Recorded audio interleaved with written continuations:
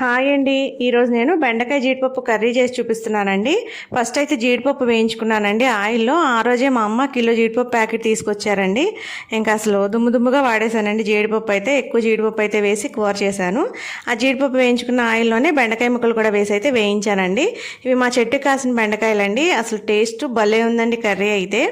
తర్వాత ఇంకో బాండి తీసుకుని కొద్దిగా ఆయిల్ వేసి తాలింపు అయితే వేసి వేయించుకున్నానండి. దానిలోనే పచ్చిమిరపకాయలు కరివేపాకు కూడా వేసి వేయించి దానిలో జీడిపప్పు బెండకాయ ముక్కలు వేసి ఉప్పు కారం పసుపు వేసి అయితే వేయించుకున్నానండి.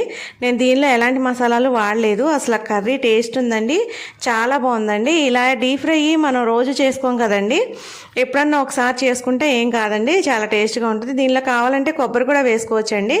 నేనైతే వేయలేదు, నాకు ఇలా కొబ్బరి లేకుండానే ఇష్టం అండి, అందుకని చెప్పి ఇలా చేసుకున్నానండి. ఇదిగో బెండకాయ జీడిపప్పు కర్రీ అయితే రెడీ అయిపోయిందండి.